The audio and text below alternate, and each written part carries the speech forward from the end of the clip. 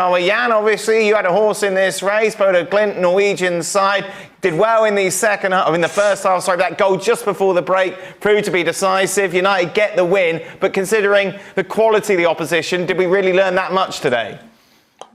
Well, first of all, Bodo Glimt comes from North Norway. It's not far from where Santa Claus lives. And they give 2 goals away at Old Trafford. I mean, that is... I see what he did there. Hey, so, yeah, link. You see what I did there. But, yes. Having said that, they got early goals. They did the same at Ipswich. And then they kind of got it away.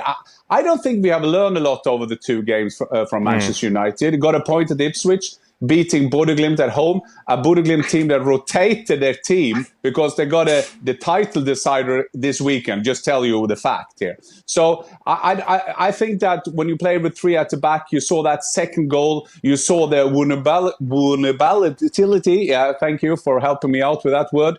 But you see how hurtful that can be when you play 3 at the back and you just chip the ball over there. Malatsia having tempo trouble at that moment. Having said that, I must say the goal from Højlund, where he used 2 touches, that was a brilliant goal. And 2 goals from him can help him for confidence, and it can also help Manchester United going into the harder games against Everton at home this weekend.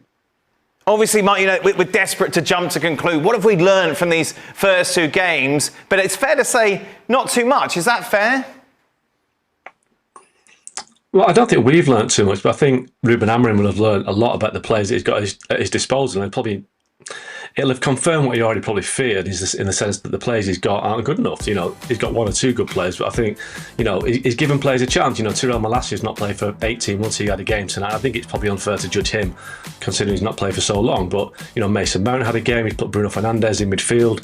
I think this is what Amorim's doing. He's trying to look at the players he's got and try to find out who's suitable for his system, who can survive in his squad, and how he can progress. Now, what he said at the weekend was that he's going to be playing teams and resting players because he wants players to spend more time on the training ground than on the pitch. But United are playing 2 games a week, so they need to find a way to play the games as well as train. But he's trying to coach his players and work out how they can fit into his system. So he will have learnt a lot. I think the players will have learnt a lot from Amorim as well. But I think people like ourselves who've watched United a lot over recent years will look at this and think, well, this is what we already expected. We knew that these players have let down previous managers and they won't succeed under Amorim. But I think he has to realise that by giving them a chance. He's given them a chance tonight, and some have let him down, and some have performed. I mean, Højlund scored 2 goals. That's good for his confidence. He might think that Højlund's a player there that he can get the best out of. But I think from Amorim's perspective, he'll think, you know something, I've got a lot of players to get rid of here, and I've got a lot of players to replace. Well, but you say they've let down previous managers, Augie, but most of those players, or a lot of those players, came in under the previous manager. Whether he had his paw prints over them all or not, doesn't matter. He was the man in charge when most of these players come in. Obviously, Ruben Amorim has had no say in any of them, so he's just been handed this lot and been told, probably, I don't know what he's been told about January. Obviously, there'll be a lot of changes in the summer, but he's just been told you're going to have to get on with it. So he's in a position of trying to figure out how he can get this group of players to the best position, particularly in the league, between now and the end of the season. What do we know? We know De Ligt can't run. He's not the quickest.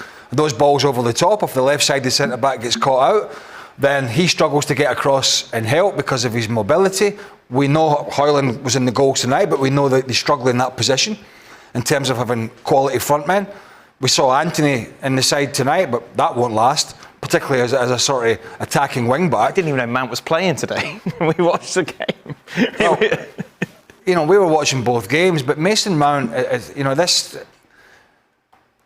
is a good player in there, but is there the player that they pushed so hard for and spent quite a lot of money on? I have my reservations about that. But yeah, he's just trying to figure out, right, who can I use to get the best results, clearly, in the short term until we can get the reinforcements that I want in or the recruitment team want. And that's basically what he's trying to figure out. They play Everton at the weekend, and then it's Arsenal in the midweek round of fixtures. Then he's going to get a real feeling about where he is with some of these players. Looking at January, Mark, you tell us there isn't a lot of money to spend. Is it just a write-off? Is it just silly of us to speculate at all if anyone new's coming in because they just don't have the finances to do that? pretty much it's not going to happen unless they can get somebody out. And we know that you don't really get big deals in January. So who could United let go that would raise enough money for them to invest in the squad? Marcus Rashford, Bruno Fernandes.